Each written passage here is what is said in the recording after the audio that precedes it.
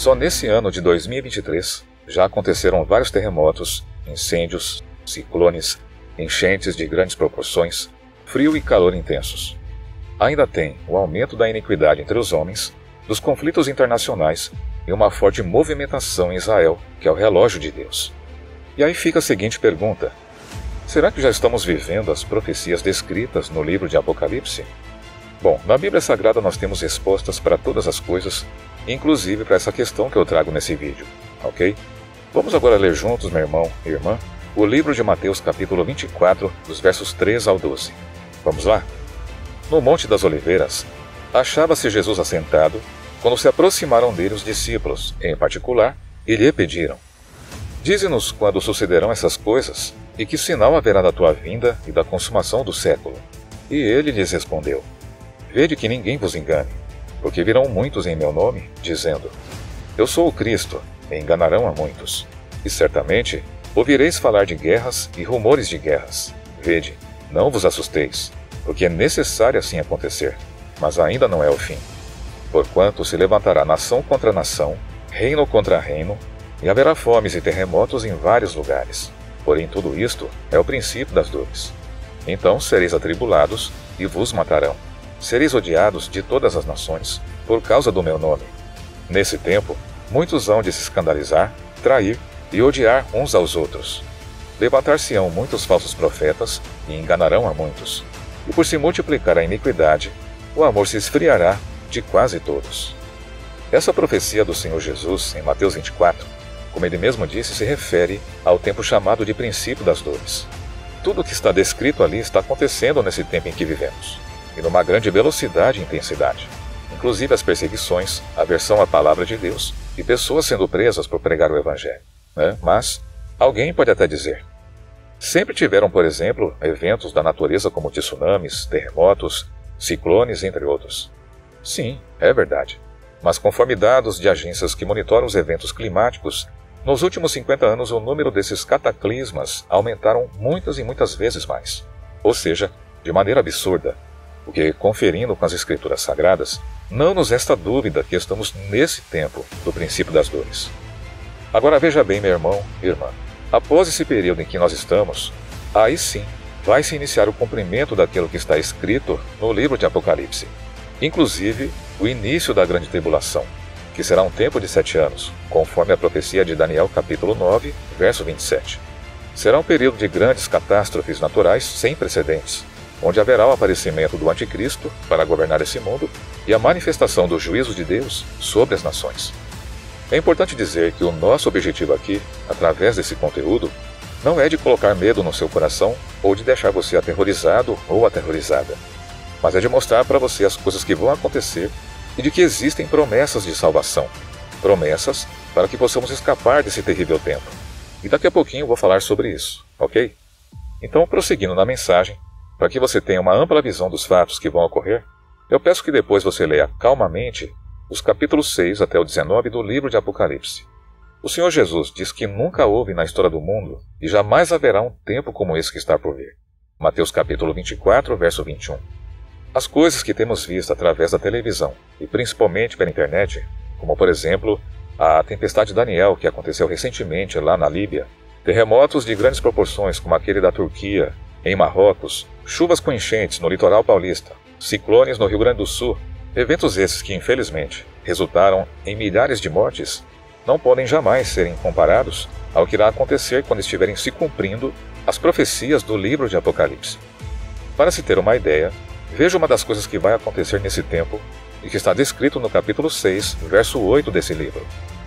E olhei, e eis um cavalo amarelo e o seu cavaleiro, sendo este chamado Morte, e o inferno o estava seguindo, e foi-lhes dada a autoridade sobre a quarta parte da terra, para matar a espada, pela fome, com a mortandade e por meio das feras da terra.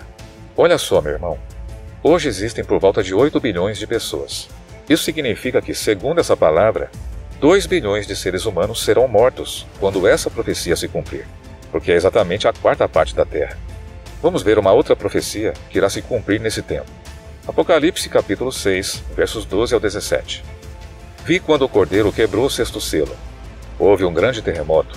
O sol se tornou negro como pano de saco feito de crina, A lua ficou toda vermelha como sangue, as estrelas do céu caíram sobre a terra, como a figueira deixa cair os seus figos verdes quando sacudida por um vento forte, e o céu recolheu-se como um pergaminho quando se enrola. Então todos os montes e as ilhas foram movidos do seu lugar. Os reis da terra, os grandes, os comandantes, os ricos, os poderosos, e todo escravo e todo livre, se esconderam nas cavernas e nos penhascos dos montes, e disseram aos montes e aos rochedos: Caiam sobre nós e nos escondam da face daquele que está sentado no trono e da ira do Cordeiro, porque chegou o grande dia da ira deles. E quem poderá subsistir? Meu Deus! As estrelas vão cair do céu sobre a terra e o céu vai se enrolar que nem um pergaminho. Existem muitas outras profecias, né? Creio que nem mesmo as grandes produtoras de Hollywood conseguiriam apresentar filmes nessa dimensão, como descrito aqui nesse livro. Em Apocalipse, capítulo 9, versos 5 ao 6, diz assim: Não lhes foi dado poder para matá-los, mas sim para causar-lhes tormento durante 5 meses. A agonia que eles sofreram era como a da picada do escorpião. Naqueles dias os homens procurarão a morte, mas não a encontrarão. Desejarão morrer, mas a morte fugirá deles. Então aqui vemos que durante 5 meses, a humanidade irá desejar a própria morte por causa do terrível sofrimento, mas a mesma fugirá dela. Aliás, muitos poderosos, pessoas com riquezas incalculáveis, estão até mesmo comprando bunkers, que são luxuosas casas construídas debaixo da terra, na esperança de poderem escapar desse tempo apocalíptico. Em Isaías capítulo 13, verso 9, está escrito: Eis que vem o dia do Senhor, horrendo, com furor e ira ardente, para pôr a terra em assolação e dela destruir os pecadores. Eu não poderia deixar de dizer que ainda tem a terrível profecia a respeito do Anticristo, que em breve irá comandar esse mundo através de uma marca. Vamos ver? Também obrigou todos, pequenos e grandes, ricos e pobres, livres e escravos, a receberem certa marca na mão direita ou na testa, para que ninguém pudesse comprar nem vender, a não ser quem tivesse a marca, que é o nome da besta ou o número do seu nome. Aqui há sabedoria. Aquele que tem entendimento, calcule o número da besta, pois é número de homem. Seu número é 666. Apocalipse capítulo 13, versos 16 ao 18. E sabemos que quem estiver nesse tempo e não aceitar essa marca será morto, e de uma maneira muito cruel. Já quem aceitar a tal marca, perderá sua salvação, a vida eterna com o Senhor. Mas afinal de contas, como nós conseguiremos escapar desse terrível tempo? Amado irmão e irmã, em Apocalipse capítulo 3, versos 10 a 11, a palavra de Deus diz assim: Porque guardaste a palavra da minha perseverança, também eu te guardarei da hora da aprovação, que há de vir sobre o mundo inteiro, para experimentar os que habitam sobre a terra. Venho sem demora, conserva o que tens, para que ninguém tome a tua coroa. Em outras palavras, o Senhor Jesus está dizendo que guardará do momento em que o mundo será duramente castigado todo aquele que estiver em comunhão com a sua palavra e praticando a mesma. Isso irá acontecer através do evento mais esperado por todos os servos fiéis do Senhor, chamado arrebatamento. O dia em que Jesus irá tirar desse mundo homens e mulheres que vivem uma vida com Deus. E é importante salientar que a expressão "te guardarei da hora da aprovação" significa que o Senhor vai raptar a sua igreja para si antes que comece esse terrível tempo. Esse rapto irá acontecer em milésimos de segundos. Vamos ver? 1 Coríntios capítulo 15, versos 51 ao 52. Eis que vos digo um mistério: nem todos dormiremos, mas transformados seremos todos, num momento, num abrir e fechar de olhos, ao ressoar da última trombeta. A trombeta soará, os mortos ressuscitarão incorruptíveis, e nós seremos transformados. Glória a Deus! O mundo ficará em choque quando isso acontecer, e muitos, através da mídia, irão dizer que foram seres de outro mundo que habitaram as milhares e milhares de pessoas que simplesmente desaparecerão da face da Terra. Não é à toa que há muitos anos vem sendo pregada a existência desses seres através de filmes, séries e documentários. Eu, particularmente, não acredito na existência deles, ok? E existe uma classe de cristãos que não acreditam que a igreja será arrebatada antes do juízo de Deus sobre as nações, pois afirmam que os crentes ficarão até o fim da grande tribulação e que é uma heresia afirmar que a igreja não passará por esse tempo.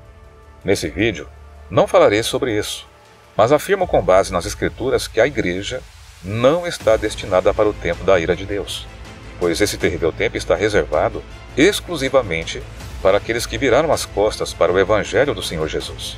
Isso inclui os judeus não convertidos ao cristianismo, os ímpios e os crentes que abandonaram a sua fé em Cristo.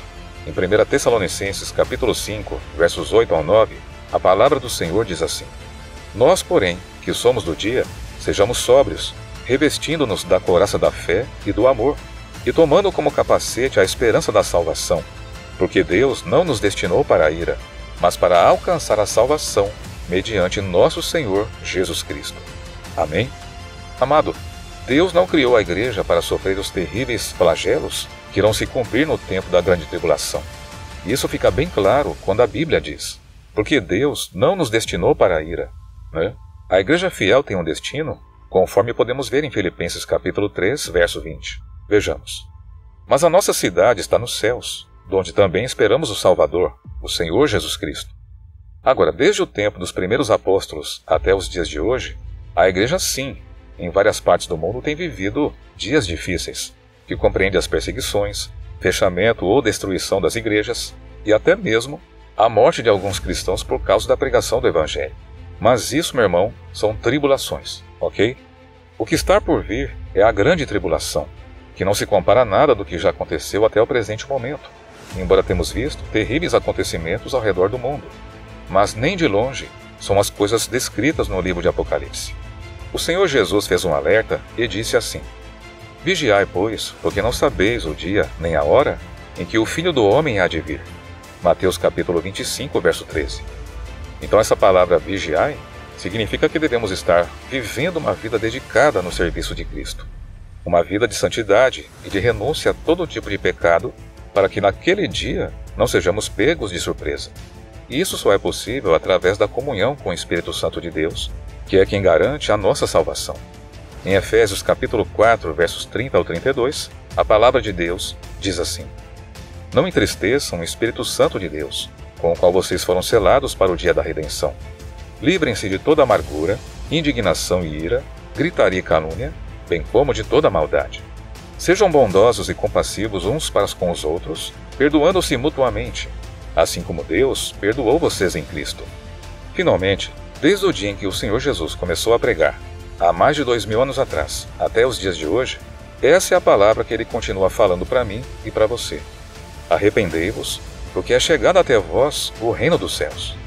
Em Atos capítulo 3, versos 19 ao 20, está escrito: Arrependam-se, pois, e voltem-se para Deus, para que os seus pecados sejam cancelados, para que venham tempos de descanso da parte do Senhor, e ele mande o Cristo, o qual lhes foi designado Jesus.